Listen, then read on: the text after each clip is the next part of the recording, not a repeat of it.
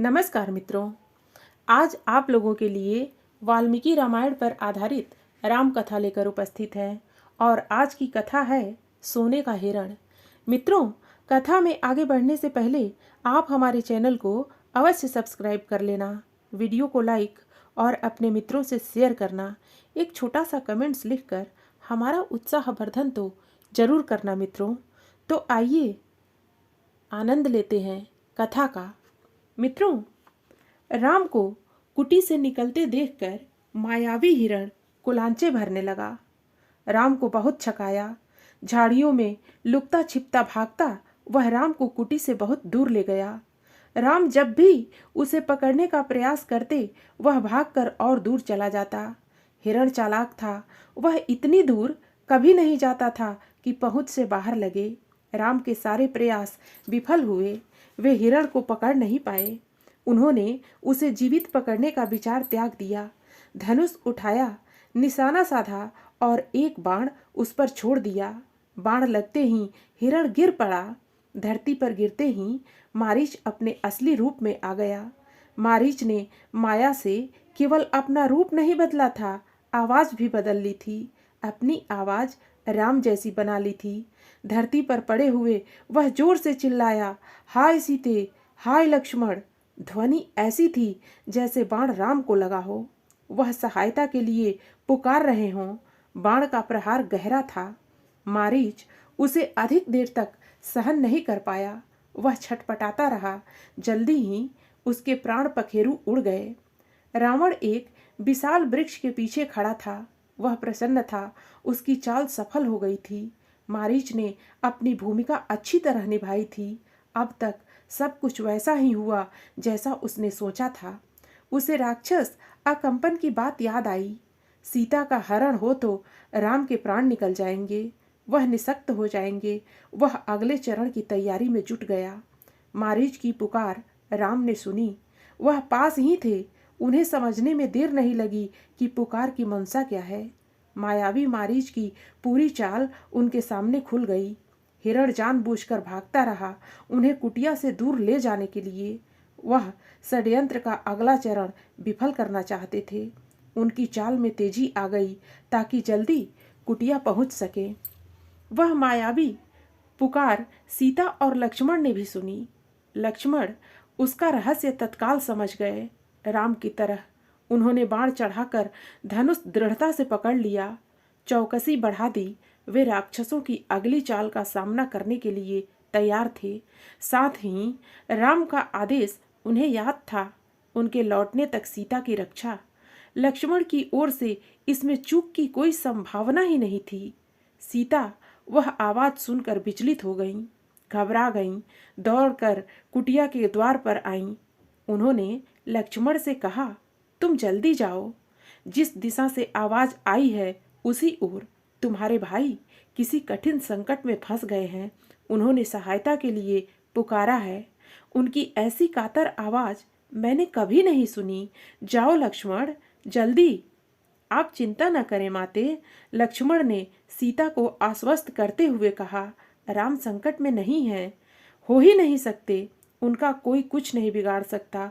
हमने जो आवाज सुनी वह बनावटी है, मायावी राक्षसों की चाल है, मुझे कुटिया से दूर ले जाने के लिए। आप निश्चिंत रहें, भाई राम जल्दी ही आते होंगे। सीता क्रोध से उबल पड़ी। लक्ष्मण का इस घड़ी में इतना शांत होना उन्हें समझ में नहीं आया। राम की आवाज सुनकर भी वे यहीं खड़े रहे, सहायता के लिए नहीं गए।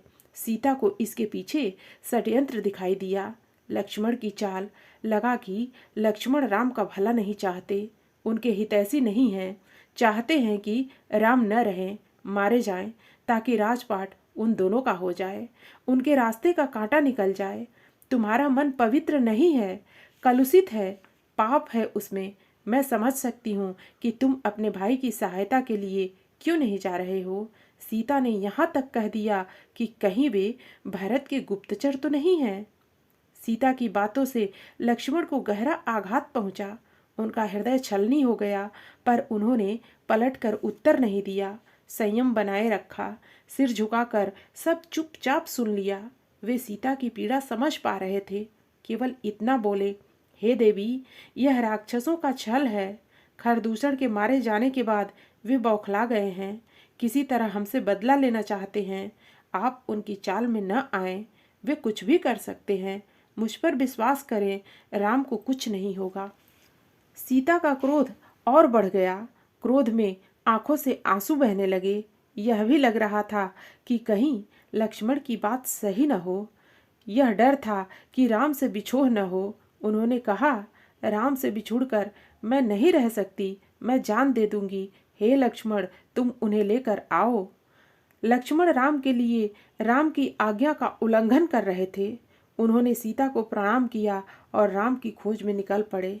लक्ष्मण के जाते ही रावण आ पहुंचा। तपस्वियों जैसा जटाजूट, वैसे ही वस्त्र। सीता ने साधु समझकर उसका स्वागत किया। रावण ने सीता के स्वरूप, संस्कार और साहस की प्रशंसा की। उसने सीता का परिचय प्राप्त करने के बाद कहा, सुमुखी, मैं रावण हूँ, राक्षसों का राजा, लंकाधिपति। मेरा नाम लेने पर लोग थरथरा उठते हैं, लेकिन तुम सुंदरी हो, सबसे अलग हो। तुम्हारे लिए मैं स्वयं चल कर आया हूँ। मेरे साथ चलो, सोने की लंका में रहो, मेरी रानी बनकर। सीता क्रोधित हो उठी। कहा, मैं प्राण त्याग दूंगी, लेकिन तुम्हारे साथ नहीं जाऊंगी। मैं राम की पत्नी हूँ, वे महाबलशाली हैं। तुम्हें उनकी शक्ति का अनुमान नहीं है। तुम चले जाओ, नहीं तो तुम्हारा सर्वनाश हो जाएगा। रावण ने सीता की बात अनसुनी कर दी। खींचकर उन्हें रथ में बैठा लिया। सीता प्रयास करती रहीं, पर रावण के चंगुल से मुक्त नहीं हो सकी। स्वयं को असहाय पाकर वे विलाप करने लगीं। हाय राम, हाय लक्ष्मण, पुकारती रहीं। लक्ष्मण का रथ लंका की ओर उड़ चला। मार्ग में वे पशुओं, पक्षियों, पर्वतों, नदियों से कहती जा रही थीं कि कोई उनके राम को बता दे, रावण ने उनका हरण कर लिया है। गिद्धराज जटायु ने सीता का विलाप सुना। उसने ऊंची उड़ान भरी, रावण के रथ पर हमला कर दिया। वृद्ध गिद्धराज ने रथ छत बिछत कर दिया, रावण को घायल कर डाला। क्रोध में रावण ने जटायु के पंख काट दिए। जटायु अब उड़ नहीं सकता था, वह सीधे धरती पर आ गिरा। रावण का रथ टूट गया था, उड़ान नहीं भर सकता था। उसने तत्काल सीता को अपनी बाहों में दबाया और दक्षिण दिशा की ओर उड़ने लगा। सीता को लगा कि अब संभवतः कोई उनकी सहायता नहीं कर पाएगा। उनका बचाव केवल एक ही था, राम को किसी तरह समाचार मिल जाए। उन्होंने अपने आभूषण उतार कर फेंकना प्रारंभ कर दिया। आभूषण बानरों ने उठा लिए।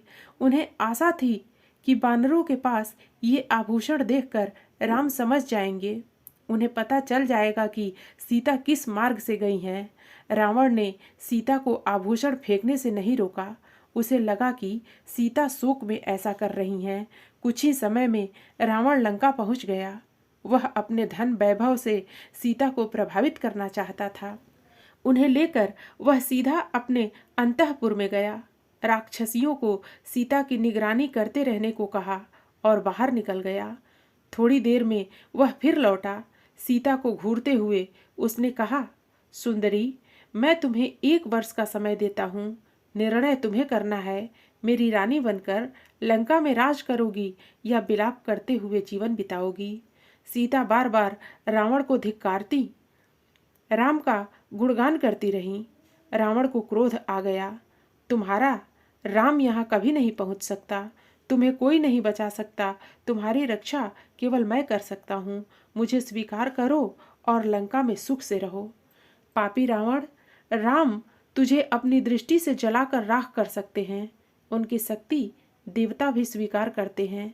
मैं उस राम की पत्नी हूँ जिनके तेज और पराक्रम के आगे कोई नहीं ठहर सकता। तेरा सारा वैभव मेरे लिए अर्थहीन है। तूने पाप किया है, राम के हाथों तेरा अंत निश्चित है। राम की इतनी प्रशंसा सुनकर रावण कुछ चिंतित हो गया। उसने सोचा, खरदूषण को मारने वाला अवश्य शक्तिशाली होगा। उसने तत्काल अपने 8 सबसे बलिष्ठ राक्षसों को बुलाया। कहा, तुम लोग पंचवटी जाओ। राम और लक्ष्मण वहीं रहते हैं, उनका एक एक समाचार मुझे मिलना चाहिए।